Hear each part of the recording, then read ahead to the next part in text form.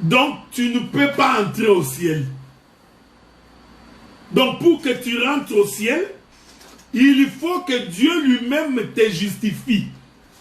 Or, comme Dieu est un Dieu des principes, il ne peut pas te justifier par une simple déclaration. Non. Il doit te donner les éléments de ta justification. Est-ce que vous comprenez ce que nous disons? Il faut qu'il te donne les éléments. C'est pourquoi tout enfant de Dieu qui est censé rentrer au ciel, Dieu doit lui donner les éléments lui permettant d'entrer au ciel. Donc si nous voyons quelqu'un qui ne croit pas à la parole, qui n'a pas le Saint-Esprit, qui n'a ni cordon, ni bâton, ni cachet, et prétendre que Dieu le connaît, il se trompe lui-même. Parce que ces jours-là, frère, si Tamar n'avait pas ces trois choses, on allait la brûler. C'est-à-dire que Judas savait que c'était la femme de son fils. Mais si ces trois choses n'étaient pas là, point de pitié, elle allait mourir. C'est pourquoi nous disons, frère, pendant que nous prêchons encore l'évangile, pendant que nous enseignons encore l'évangile, tu as le temps de croire et de te convertir, afin que tu sois baptisé du Saint-Esprit. Est-ce que vous comprenez ce que nous disons? Afin que tu sois baptisé du Saint-Esprit. Une fois que tu es baptisé du Saint-Esprit, c'est alors que tu peux hériter le royaume. Voilà pourquoi l'Écriture dit: tous ceux qui descendent d'Adam naissent dans le péché. Je voudrais vous trouver une écriture là-dessus. Je n'ai pas compris également l'intervention du bien-aimé Serge. Si il peut expliciter sa question, je vais devoir y revenir là-dessus. L'écriture dit quoi? Lisons une écriture pour que les gens puissent bien nous saisir là-dessus. Attendez. Je ne sais pas si j'ai trouvé cette écriture-là, mais je sais que ça devrait se trouver dans les livres des Romains. Ou, attendez, je crois avoir déjà trouvé cette écriture-là. Étonnant que je ne la trouve pas. Bon, ce n'est pas grave. Attendez. Bon, c'est Romain, je crois. Romain nous dit ceci. Nous sommes dans le livre des Romains. Dans son chapitre 3, je crois. Romains.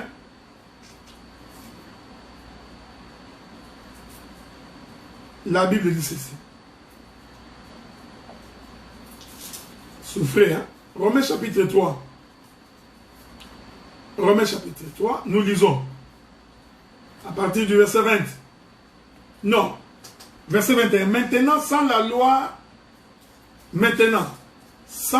est manifestée la justice de Dieu, à laquelle rend, je répète, hein, mais maintenant, sans la loi est manifestée la justice de Dieu, à laquelle rendent témoignage la loi et les prophètes.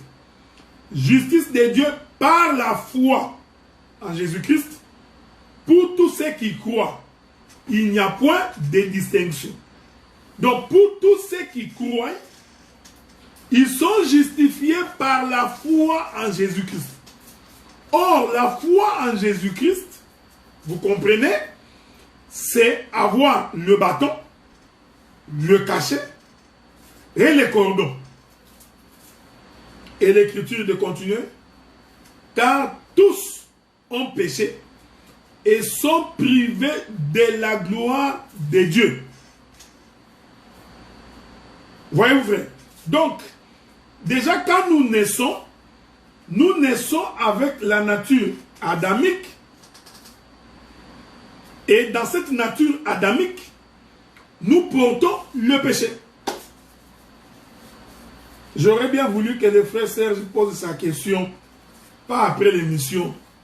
Parce qu'il a écrit, pendant l'émission, pose ta question, ça va éclairer beaucoup de gens, frère. Ça va nous aider aussi à pouvoir nous corriger si nous avions commis l'erreur. Ça va nous aider, frère Serge. Pose la question, il ne faut pas avoir peur. Pose la question, on va répondre. Comment tu as compris? Est-ce que vous comprenez ce que nous disons? Donc, nous insistons pour dire que le fait que nous sommes nés dans la chair, voilà pourquoi l'Écriture dit le sang et la chair ne peuvent hériter le royaume des cieux. Donc, il faut donc un homme spirituel qui hérite le royaume des cieux. Déjà, le fait que nous naissons dans ce corps et que nous avons hérité de par nos parents, en commençant par Adam, nous avons donc hérité cette nature pécheresse.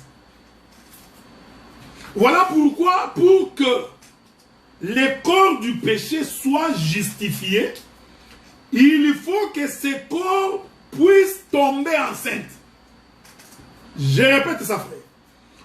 Le salut n'est possible que pour celui qui est grosse, pour celle qui est enceinte. Si quelqu'un ne tombe pas enceinte, il ne peut pas, comme vous voulez, ou elle ne peut pas être sauvée. Donc pour être sauvé, il faut que tu portes la sémence. Je répète ça. Or, la sémence, elle est spirituelle. Suivez attentivement. Je vais doucement parce que je vais m'envoler. Ne vous en faites pas. L'homme est d'abord né dans le péché.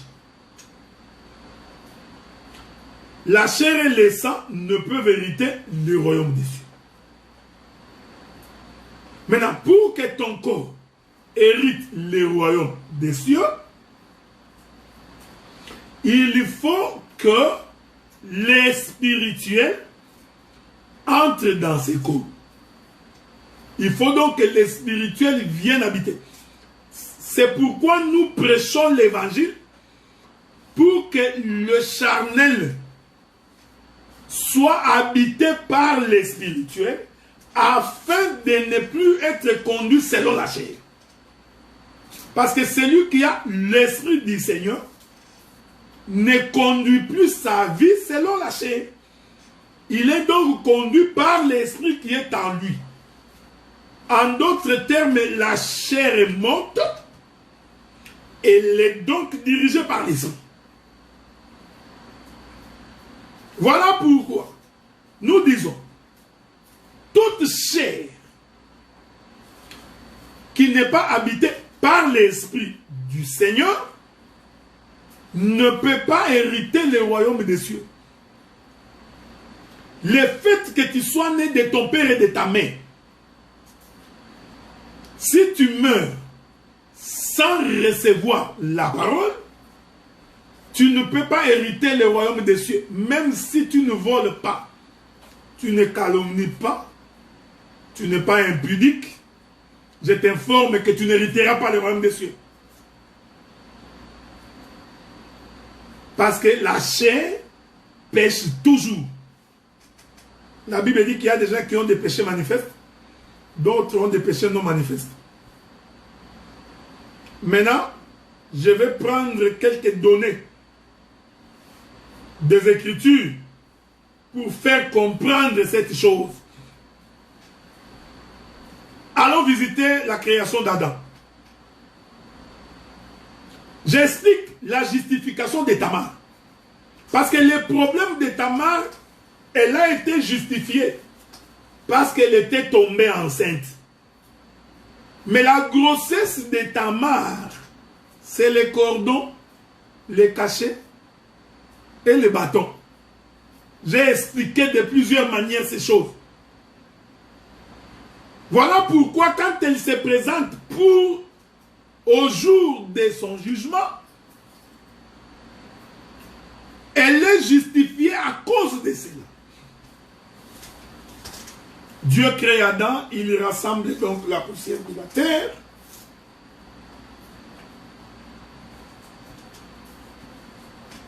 Il rassemble la poussière de la terre. Jusque-là, Adam n'était pas une âme vivante. Mais Adam avait les yeux, les nez, la bouche, les oreilles, les bras, le ventre, il avait tout. Mais Adam n'était pas encore une âme vivante. Et je t'informe que lorsque l'Éternel est en train de créer Adam, poussière, Dieu était en dehors du jardin. Or, la vie était dans le jardin. L'arbre de vie était dans le jardin. Mais Adam a été formé en dehors du jardin. Je t'informe que la formation d'Adam qui s'est fait en dehors du jardin, le dehors du jardin, c'est ça même le monde. C'est pour expliquer que toi, tu es né dans le monde. Tu es né en dehors du jardin. Tu es né en dehors de Canaan. C'est ça même la formation d'Adam. Adam a été formé en dehors du jardin.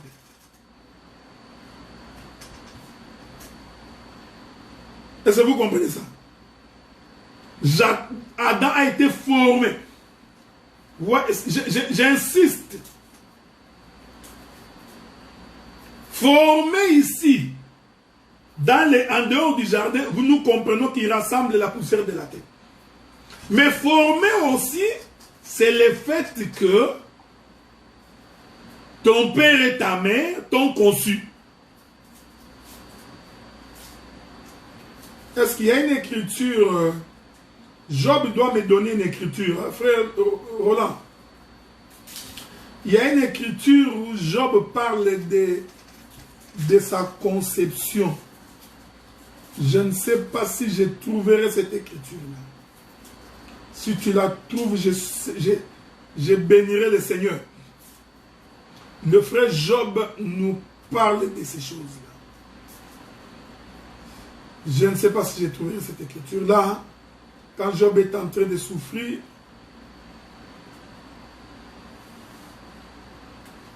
il a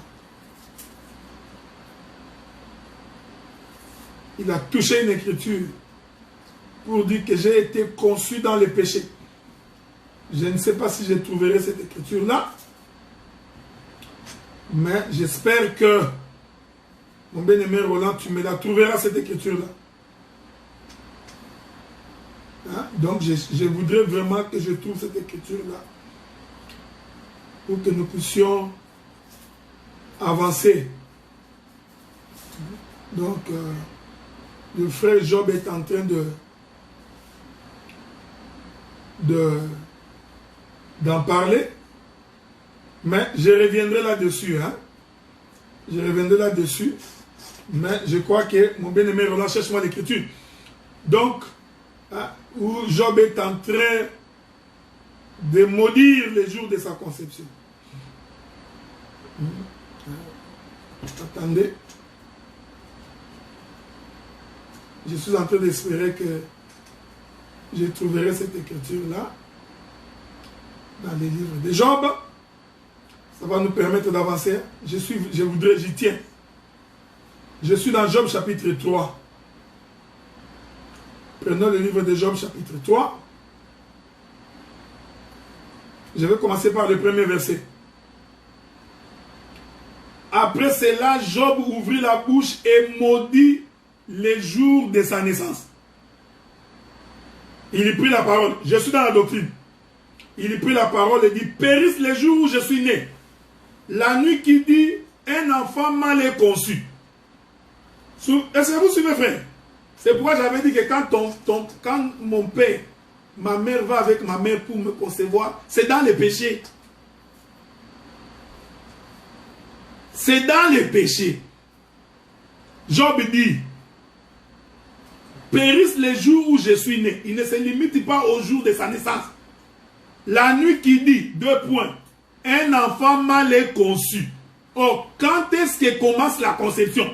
La conception a commencé le jour où le papa de Job va à la rencontre de la maman de Job. Job dit que ce jour-là, c'est un mauvais jour. Cette nuit-là, qu'elle périsse. Ce jour qu'il s'échange en ténèbres, que Dieu n'ait point souci dans les cieux, que la lumière ne rayonne plus sur lui. Je continue. Que l'obscurité et l'ombre de la mort s'en emparent.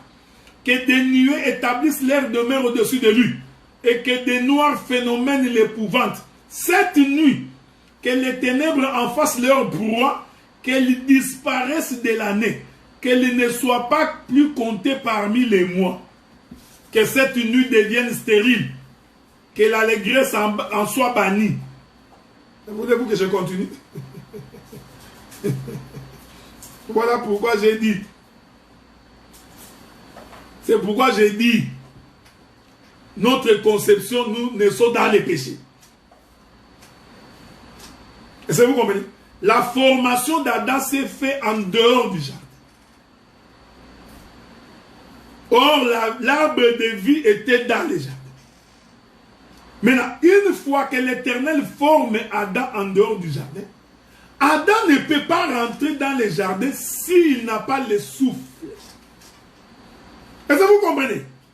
Donc, pour que Adam rentre dans le jardin, parce que la Bible dit que Dieu plaça l'homme qu'il avait formé dans le jardin. Or, avant que Dieu ne place l'homme dans le jardin, il faut que l'homme ait la capacité de se mouvoir, qu'il ait la capacité de se déplacer.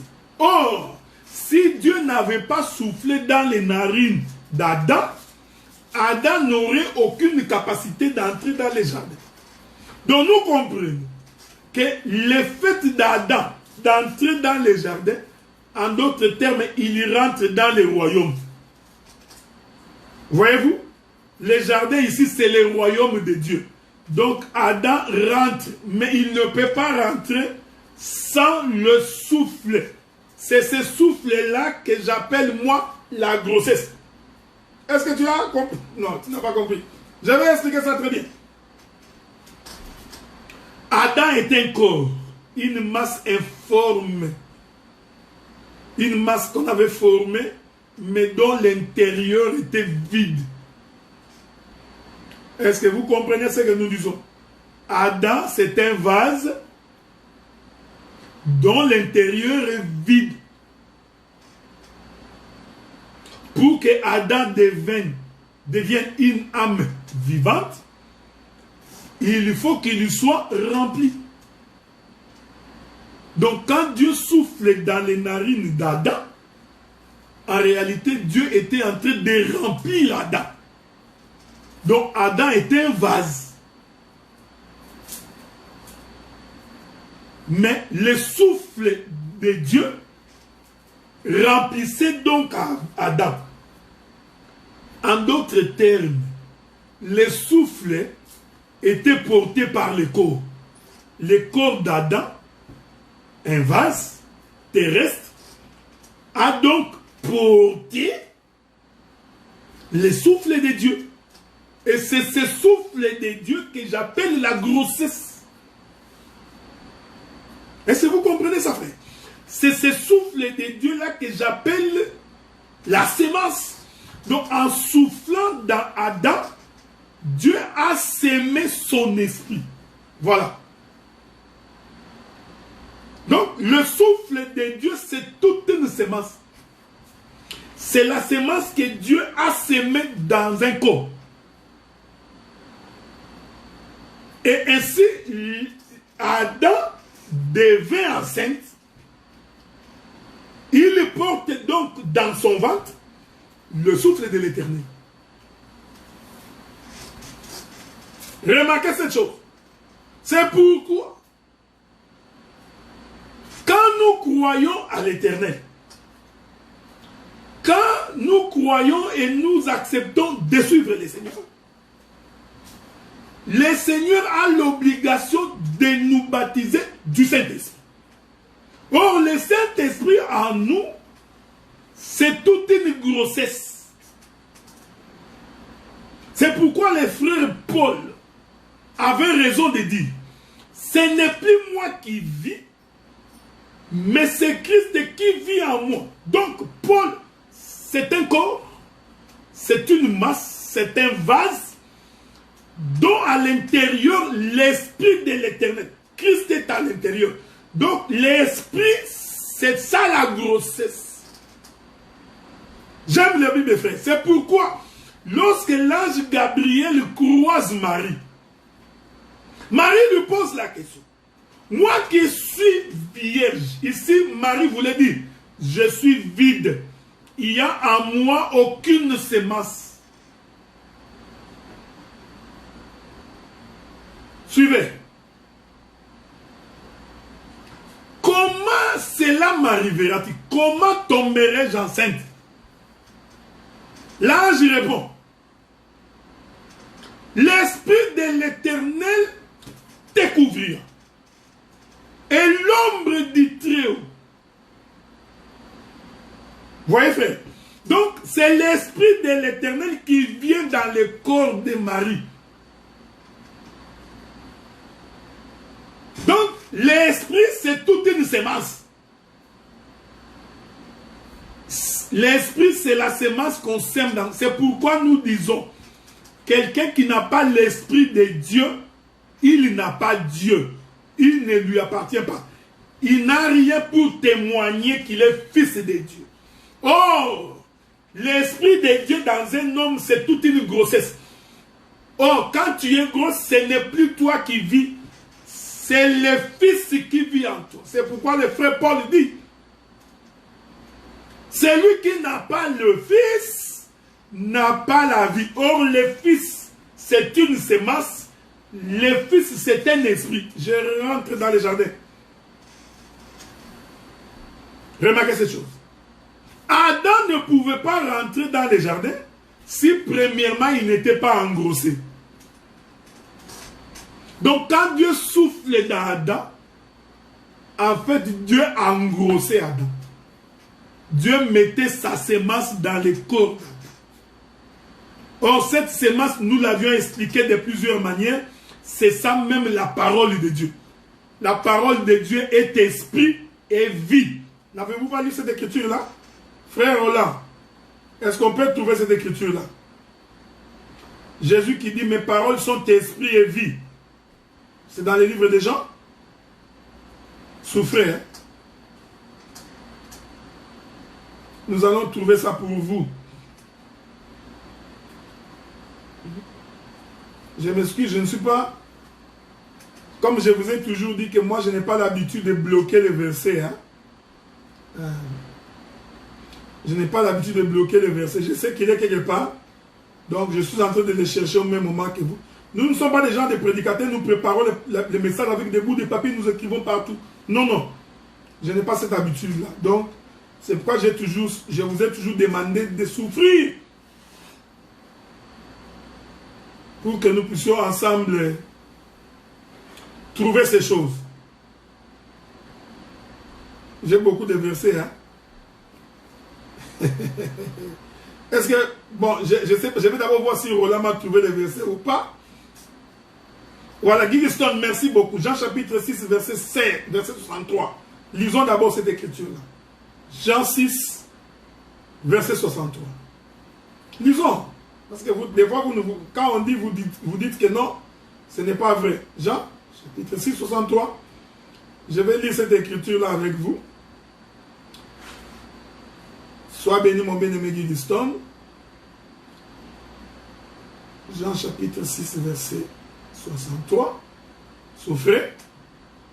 Je suis en train de chercher cette écriture, elle est loin. Mais je vais la trouver. Voilà, nous y sommes. Lisons. Je t'aime mon frère Guigiston. Il est écrit, je commence par le verset 61. Jésus, sachant en lui-même que ses disciples murmuraient à ce sujet. Leur dit, cela vous scandalise-t-il si vous voyez le Fils de l'homme monter où il était auparavant? Si vous voyez le Fils de l'homme monter où il était auparavant, donc le Fils de l'homme était en haut, donc il était descendu et il va remonter. J'aime la pluie. Le Fils de l'homme est une pluie. Ok? Donc quand vous verrez la vapeur monter, j'aime ça. Si vous voyez le Fils de l'homme monter où il était auparavant, c'est l'esprit qui vivifie. La chair ne sert de rien. Les paroles que je vous ai dites sont esprit et vie. Vous comprenez? Donc la parole de Dieu est un esprit. Donc quand nous prêchons la parole, en fait nous sommes en train de vous ensemencer de l'esprit. Voilà pourquoi nous vous avons toujours dit, nous vous avons toujours répété, un homme ne peut pas invoquer l'esprit pour que l'esprit entre en lui. Non. Nous ne pouvons pas invoquer l'esprit pour qu'il rentre en nous. Nous avons, je vais essayer de placer les bornes. Quand quelqu'un croit et qu'il est baptisé d'eau, nous prierons pour que Dieu le baptise du Saint-Esprit. Nous n'allons pas invoquer le Saint-Esprit pour qu'il entre dans son corps. Non, non, non, non, non, non, non. Nous allons prier pour que le Seigneur le baptise du Saint-Esprit.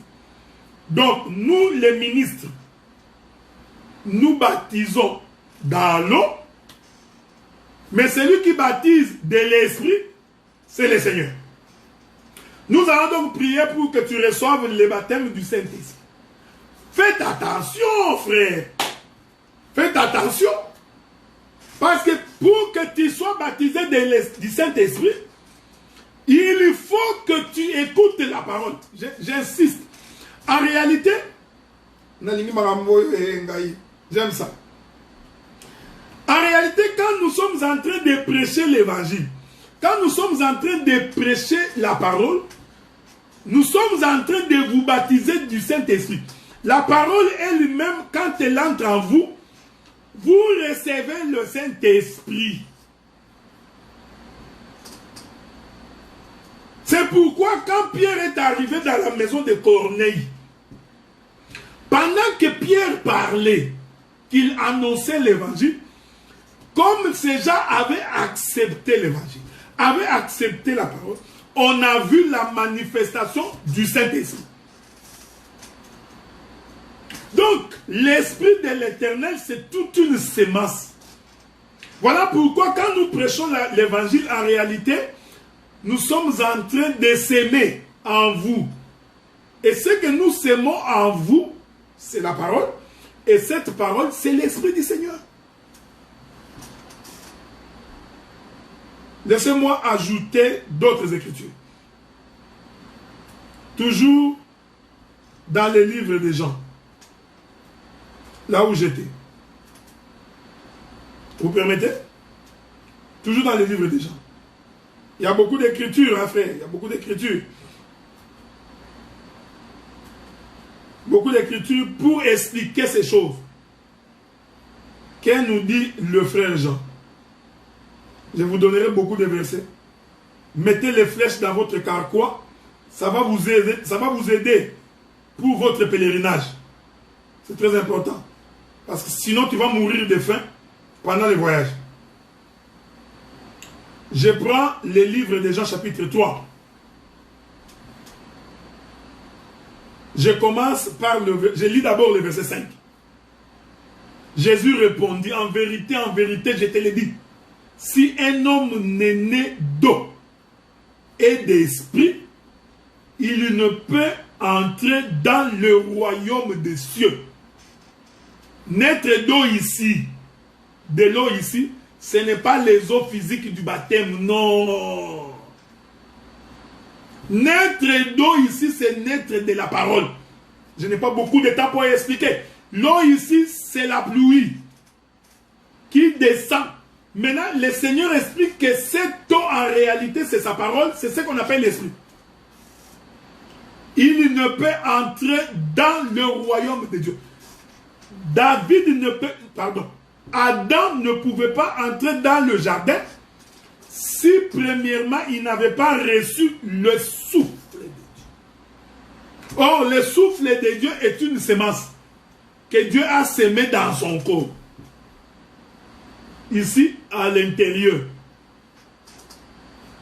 C'est toujours de l'intérieur que nous semons la parole. Pourquoi? Pour ne pas former des hypocrites. Les hypocrites, ce sont des gens, il a porté une chemise trouée au dos, mais il a mis la veste au-dessus avec une cravate, mais la chemise trouée. Il porte un sous-vêtement sale, mais il met un pantalon dessus. Nous voyons l'homme bien habillé en costume, mais son sous-vêtement est sale. La parole est sémée à l'intérieur de l'homme. Et nous sommes certifiés que lorsque de l'intérieur, l'homme est transformé, l'Esprit du Seigneur est assis, l'extérieur va attester que l'intérieur est nettoyé. Sinon, c'est un hypocrite. C'est pourquoi la Bible dit, ayant l'apparence de la piété, mais ignorant ce qui en fait la force. Tu verras un homme, il donne l'impression qu'il est pieux, qu'il craint Dieu. Tu vois, moi j'aime Dieu beaucoup. Moi je suis défenseur de la parole, de la doctrine. Il donne l'apparence. Mais quand tu vas vérifier la vie qu'il mène, la manière dont il se comporte, tu te rends très vite compte que cet homme, il renie ce qu'il déclare. C'est un canard à qui on asperge l'eau, mais qui n'entre pas dans les corps, qui coule sur les plumes. Il a l'esprit de canard. Verset 6. Jean chapitre 3, verset 6. Ce qui est né de la chair est chair. Ce qui est né de l'esprit est esprit. Oh, donc on peut naître de l'esprit. Mais comment devrons-nous naître de l'esprit? La Bible répond. Les paroles que je vous ai annoncées sont esprit et vie. Donc on est de l'esprit par la parole. Donc une église qui n'a pas la parole ne peut pas prétendre qu'ils ont les Saint-Esprit. Nous avons toujours dit ça, frère. Mais remarquez, frère, nous pouvons prier la manifestation de l'esprit au milieu de nous. Ça, c'est différent d'invoquer l'esprit. Nous pouvons invoquer que Dieu se manifeste au milieu de nous. Par des signes et par des prodiges. Dieu peut se manifester par quelqu'un qui était possédé, il est renversé. Nous pouvons également sentir la présence angélique de Dieu au milieu de nous. Ça, c'est autre chose. C'est différent d'invoquer le Saint-Esprit. Je vais finir par une écriture. Jean chapitre 3, verset 8. Nous lisons. Le vent souffle. Où il veut, le vent souffle. Donc, le vent souffle. Donc, le souffle est un vent. J'aime ça. Et tu entends le bruit, mais tu ne sais pas d'où il vient, où il va. Il en est de même de tout homme qui est né de l'esprit. Donc, un homme né de l'esprit, c'est un souffle, c'est un vent.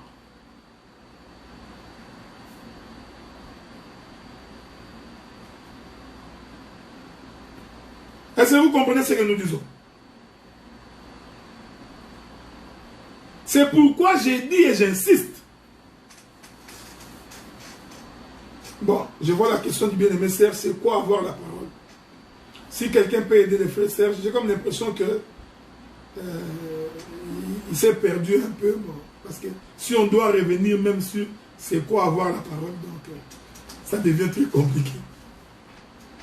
Donc, vous comprenez que... Frère, je ne sais pas qu'est-ce que tu as mangé, mais je crois que quelque chose ne va pas. J'ai pris le Saint-Esprit, que la paix du Seigneur soit avec toi et qu'il te couvre de sa plénitude et qu'il t'accorde la paix. Regardez, frère. Donc, nous disons, avoir l'esprit, c'est tomber enceinte. Et tomber enceinte, j'avais expliqué, c'est avoir les bâtons. J'ai expliqué les bâtons de plusieurs manières. J'ai également expliqué les fils, les cramois, le cordon.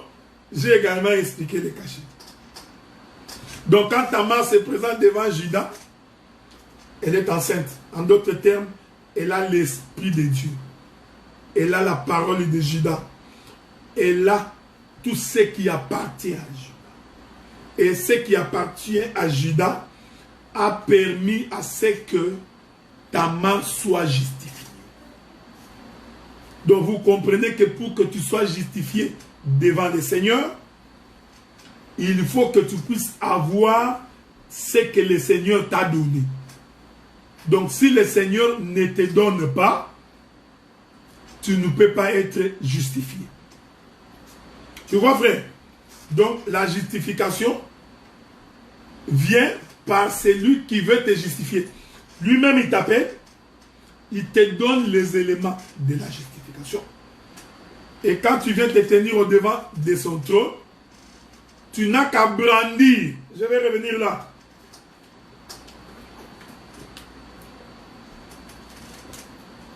Pour être justifié. Pour être justifié devant Juda, il n'y a pas deux choses à faire. Il suffit de brandir ce qui appartient à Juda. Donc, pour que Juda exauce Tamar, pour que Juda ne tue pas Tamar, Tamar n'avait rien d'autre à faire que de présenter à Juda ce qui lui appartient. Voilà pourquoi nous avons toujours dit que l'Éternel Dieu n'a jamais exaucé la prière d'un homme. Un homme ne peut pas prier Dieu et que Dieu puisse l'exaucer. Vous savez, il y a deux choses. Les gens ont toujours confondu. Dieu peut écouter la demande, mais sans exaucer. Il y a une différence, hein? Écouter et exaucer, c'est deux choses différentes. L'enfant vient chez moi à la maison, il dit, écoutez papa, je voudrais que tu m'achètes une paire de chaussures. J'ai écouté, mais je n'ai pas exaucé. Hein. Donc exaucer, c'est lorsque je réponds favorablement à la demande. J'aime la Bible de frère. Donc il y a des gens qui demandent, Dieu écoute, mais Dieu n'exauce pas. Parce que Dieu a une difficulté. Il ne peut que s'exaucer lui-même. Mais toi, tu peux parler. Dieu, je vais cesser. Dieu, je vais cela. Dieu, je vais cesser. Dieu, je vais cela. Dieu écoute. Il entend. Mais il n'exauce pas. C'est pourquoi vous voyez tous ces gens qui prient, Dieu entend. Mais pour exaucer ta prière, il faut que tu puisses avoir les éléments je ne sais pas si on peut appeler ça comme ça. Je risque de créer un mot qui n'existe pas. Il faut que tu aies des éléments qui permettent que Dieu t'exauce. Or, les éléments qui vont te permettre d'être exaucé de Dieu, c'est sa parole. Sans la parole, Dieu ne peut pas t'exaucer. Est-ce que vous comprenez ça? C'est pourquoi il est écrit dans la Bible. Si Vous demandez, mais vous ne recevez pas. Parce que vous demandez mal. Mais comment bien demander? Jésus a répondu. Si mes paroles demeurent en vous, alors maintenant, demandez tout ce que vous voulez. En d'autres termes, si mon esprit est en vous, demandez. Parce qu'en réalité, ce n'est pas vous qui demandez. C'est l'esprit qui est en vous qui demande. C'est pourquoi la Bible dit. Vous avez cette écriture-là, mon bien-aimé, là? Hein? Il y a une écriture qui dit l'esprit en nous intercède en notre faveur. Je cherche cette écriture-là. Ok?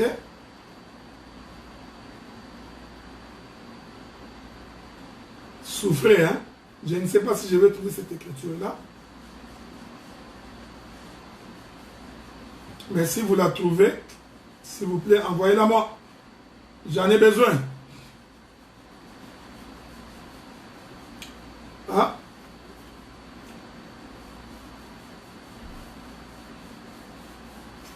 J'ai trouvé une écriture, mais ce n'est pas vraiment l'écriture que je cherche. Hein? Quelle écriture que je cherche? Bon, j'ai trouvé quelques écritures, je vais quand même la donner, en espérant que vous allez m'aider à trouver l'écriture qui dit que l'Esprit intercède en notre faveur. C'est ça que je cherche. Mais prenons d'abord le livre de Jean, chapitre 15, verset 26.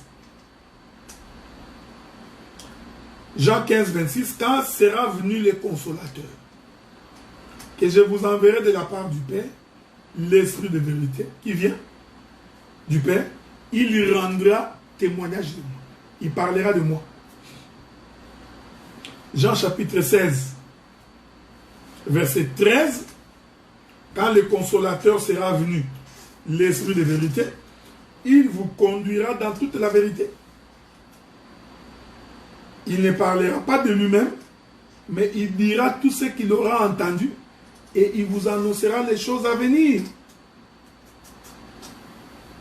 Romains chapitre 8, verset... Prenons d'abord Jean chapitre 8, verset 26. Ensuite, on va prendre Romains 26. Ok? Jean 8, 26. Lisons.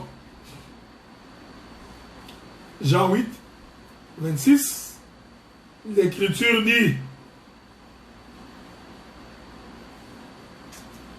Nous lisons.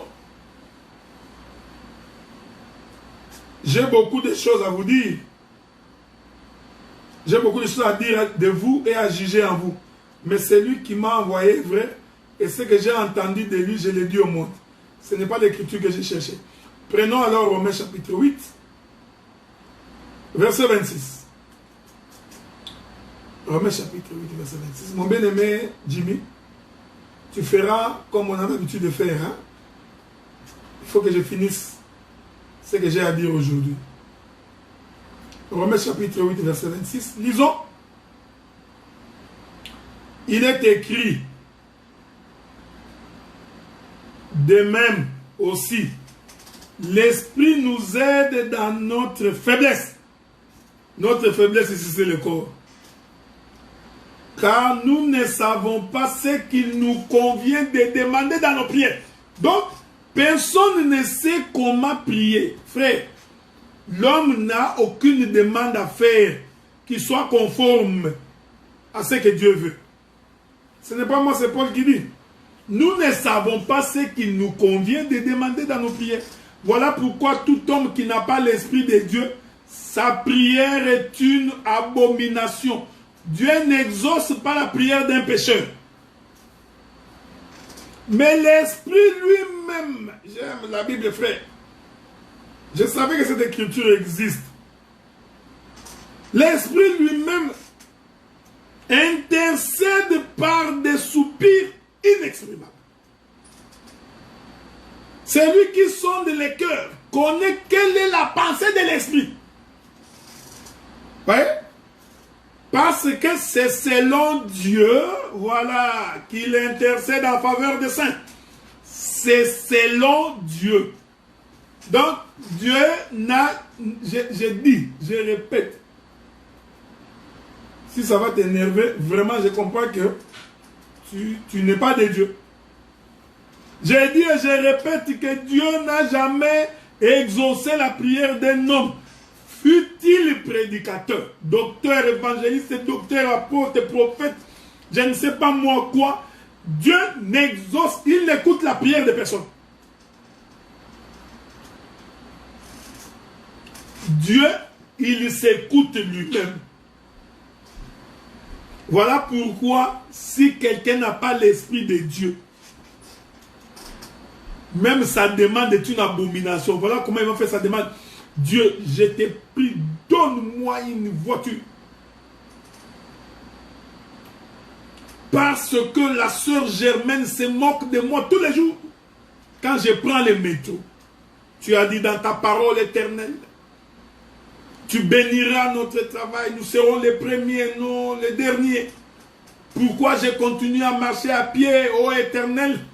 Je souffre, mes mollets sont devenus comme un joueur de football à cause de marcher à pied. Donne-moi une voiture, comme ça la sœur Germaine cessera de se moquer de moi. Tu vois, ta demande elle est mauvaise. C'est un homme qui parle. Dieu n'écoute pas une prière comme ça.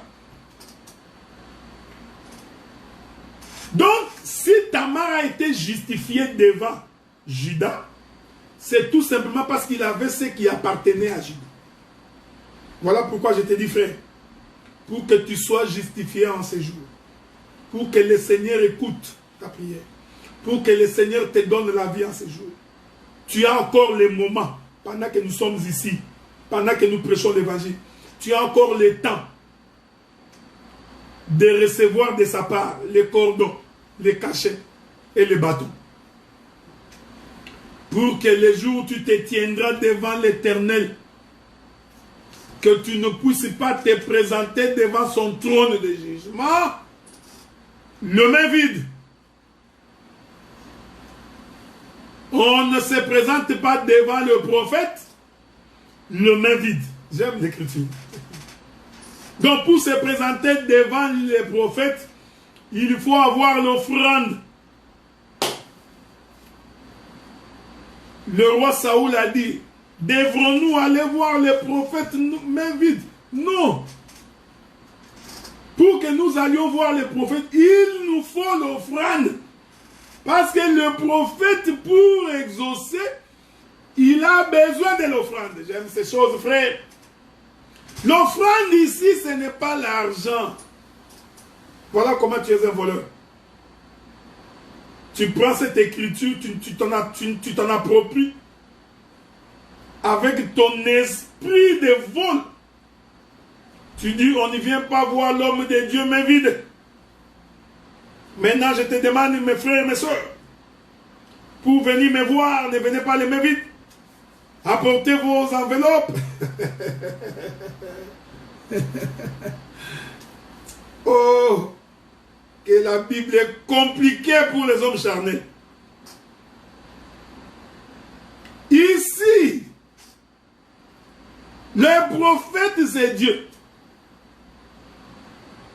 Et on ne se présente pas devant lui les mains vides.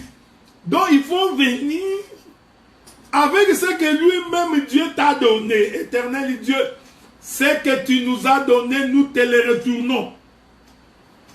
Mais qu'est-ce que Dieu nous a donné? Les bâtons, le cordon et le cachet. Il nous a donné sa sémence, sa parole. Est-ce que vous comprenez ces choses? Parce que c'est l'offrande qui justifie l'homme devant l'Éternel. Quand l'homme n'a pas l'offrande, je vais ici prendre une illustration biblique et je vais atterrir par cette illustration. Le père Isaac est devenu vieux, prêt à mourir. Il doit bénir le fils premier-né. qui est Ésaü. Mais quelque chose d'extraordinaire, c'est que pendant que le père parlait, Ésaü a entendu, mais Rebecca aussi avait entendu. Est-ce que vous me suivez? Quand le père a dit à Ésaü, va, trouve-moi un gibier, prépare-le que je mange et je te bénirai. Je t'informe que Ésaü a entendu, mais Rebecca aussi avait entendu. Ce que j'aime dans ces choses, Jacob, lui, n'avait pas entendu.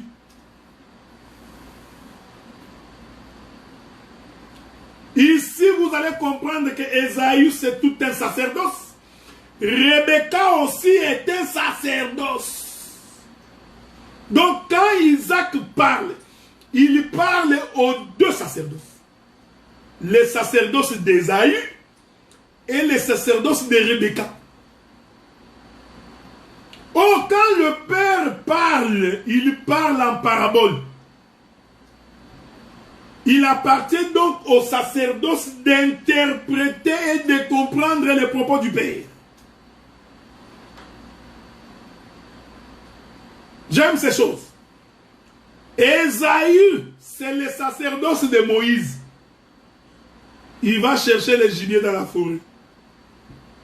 Il va se perdre. Alors que Rebecca, c'est la grâce. Ici, Rebecca, c'est le ministre. J'aime ces choses. Rebecca est une femme ministre. Parce qu'il n'y a que la femme qui comprend le langage de l'homme. J'aime ces choses. Il n'y a que la femme qui peut interpréter l'homme. Vous savez, nous, quand on grandissait, si on voulait demander quelque chose à notre père, on passait par la maman. Parce que nous savions que quand la maman va parler, le père va écouter. C'est pourquoi tu vois, la plupart des enfants sont plus proches de leur mère. Voyez-vous, parce qu'ils comprennent que même quand le papa est difficile, mais maman va ramollir. J'aime ces choses. Ici, Rebecca, c'est le ministre qui a récupéré la parole du père et il en a donné l'interprétation pour Jacob. Sans l'interprétation de la maman, Jacob ne pouvait pas se présenter devant Isaac. Est-ce que vous comprenez? Ici, j'explique la grossesse de Tamar. Je l'explique par les chemins ministériels. La maman a compris que le gibier est dans la cour. C'est un animal domestique. Quand le papa appelle le gibier, la maman a compris que le gibier, ce n'est pas l'animal de la forêt. C'est un animal domestique qui est derrière la cour. Il va donc demander à Jacob de prendre l'animal qui est derrière la cour, qui n'est pas loin. Pendant ce temps, Ésaü est en train de courir dans la forêt. Un grand athlète. Il ne sait pas que pour hériter le royaume, on doit manger un animal domestique. Pas un animal sauvage, parce qu'il est têtu, il ne comprend rien.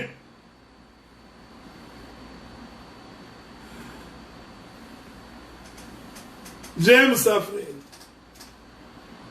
J'adore ces choses. C'est pourquoi un ministre, c'est quelqu'un qui doit avoir la capacité de comprendre le langage de Dieu. Quand un ministre ne comprend pas le langage de Dieu, nous comprenons que c'est une femme. C'est pas une femme légitime. La maman prépare. Je t'informe encore que c'est la maman qui a préparé.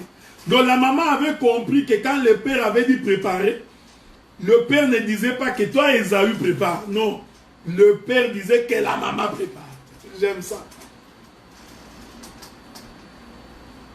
Avez-vous remarqué cette chose?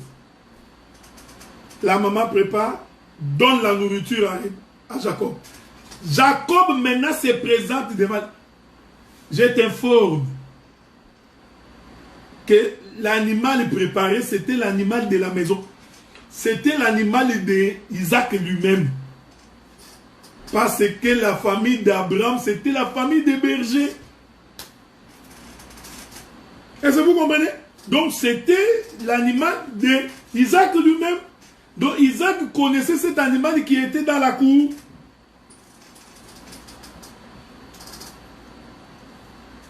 Est-ce que vous comprenez ce que nous disons? J'aime ça.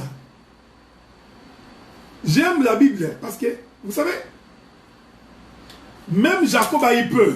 Il dit à sa maman, mais je ne pourrais pas me présenter là-bas parce que le père saura qu'il lui dit, non, toi fais ce que moi je t'ai dit.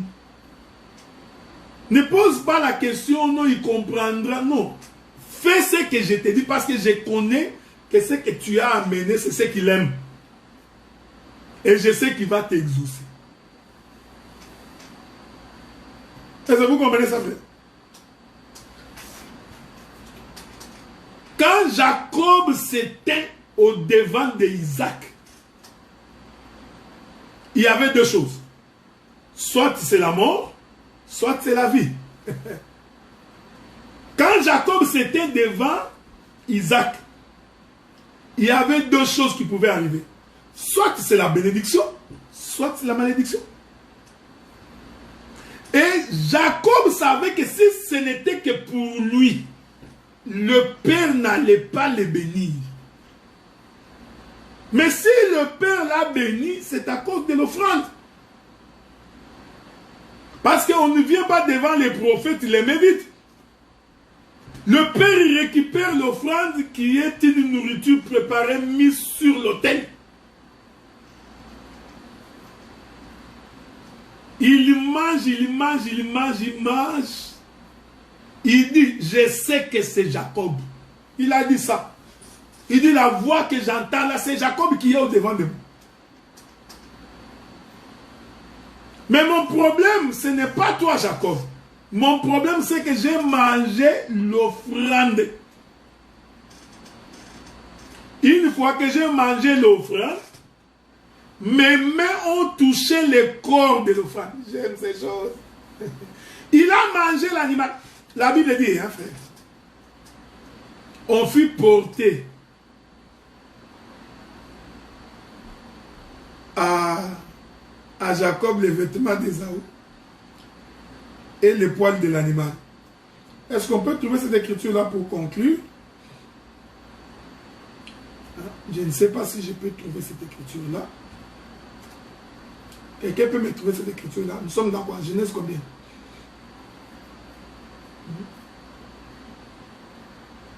Genèse chapitre 27. Genèse chapitre 27. On va conclure par là. Je vous aime bien. Hein? Okay. Je commence par le verset 14. Jacob alla les prendre et les apporta à sa mère, qui fit aimer comme son père aime. C'est là où je vous avais dit que Dieu ne s'exauce que lui-même. Donc, il a préparé comme le père aime. Or, le père aime le fils. Voici mon fils bien-aimé en qui j'ai mis toute mon affection. L'amour du père, c'est un fils. L'amour de Dieu, c'est un homme. L'amour de Dieu s'appelle un homme. Et cet homme, c'est Jésus. Le fils, c'est lui, l'amour du père. Ensuite, Rebecca prit les vêtements d'Ésaü, son fils aîné, les plus beaux qui se trouvaient à la maison, et les fit mettre à Jacob, son fils cadet. Ce n'est pas ce qui m'intéresse. Nous comprenons qu'Ésaü, en sortant, il a laissé les vêtements. Le verset 16, c'est le verset qui m'intéresse. Elle couvrit ses mains de la peau des chevreaux et son cou qui était sans poil. Voilà. Donc, il a récupéré la peau de l'offrande après avoir préparé les chevreaux, parce qu'il y en avait deux. qui symbolise les deux alliances. Il récupère la peau de l'animal que je suis en train de voir à Adam et couvrit. Donc le père a mangé l'agneau, il a mangé l'animal, il a mangé les chevaux. Mais quand il touche également la peau.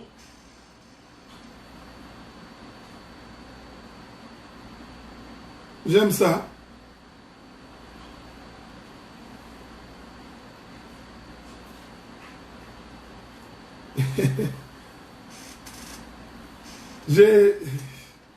Genèse chapitre 27, verset 21. Genèse chapitre 27, verset 21. Isaac dit à Jacob, approche donc et que je te touche. Voilà, mon fils. Pour savoir si tu es mon fils Ésaü ou non. Donc en touchant, il a touché la peau de l'offrande. J'aime ça. Le Seigneur Jésus-Christ est mort. C'est lui l'offrande présentée devant le Père. Et nous sommes revêtus de Christ qui est la peau de l'animal. Ainsi vous comprenez. Ce qui a justifié Tamar, c'était ces trois choses. Ces trois choses, c'est ce qui te justifiera au jour du jugement. Si tu n'as pas la parole, tu n'as pas le Saint-Esprit, tu n'as pas la vérité, eh bien, tu ne seras pas justifié au devant de l'Éternel. Si tu n'as pas les bâtons, tu n'as pas les cordons, et tu n'as pas les cachets, il est donc impossible que tu sois justifié au devant de l'Éternel. J'en ai fini pour aujourd'hui. Nous nous fixons rendez-vous le samedi prochain pour la 17e partie. Nous allons finir bientôt après, ne vous faites pas. Pour la 17e partie, de quoi il sera question dans cette 17e partie? Voici la question. Genèse chapitre 38, verset 27. Je vais lire ce verset et on va conclure. Quand elle fut au moment d'accoucher, voici, il y avait 2 jumeaux dans son ventre. Et pendant l'accouchement, il y a eu un qui présenta la main. La sage-femme l'a pris et y attacha un fil cramoisi en disant, celui-ci sort le premier. Mais il retira la main et son frère sortit. Alors la sage-femme dit, quelle brèche tu as faite. Elle lui donna le nom de Pérette. Et ensuite sortit son frère qui avait à la main les fils cramoisis et lui donna le nom de Zéra. Le samedi prochain, nous parlerons de l'accouchement de Tamar. Nous expliquerons comment Tamar accouche. Qu'est-ce que c'est le ventre de Tamar? C'est quoi cette brèche? C'est quoi les fils cramoisis? Et qu'est-ce qui s'est passé dans le ventre de Tamar? Que le Seigneur Dieu du ciel, le créateur des choses visibles et invisibles, c'est lui qui a fait de nous des vases d'honneur dans sa maison et qui a fait à ce que nous puissions être appelés saints, élus de Dieu. Il vous comble de sa bénédiction dans le précieux nom du Seigneur. Que Dieu vous bénisse.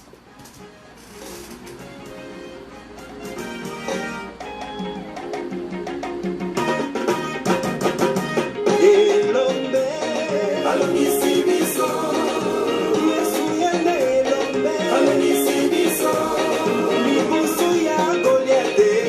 ici, papa.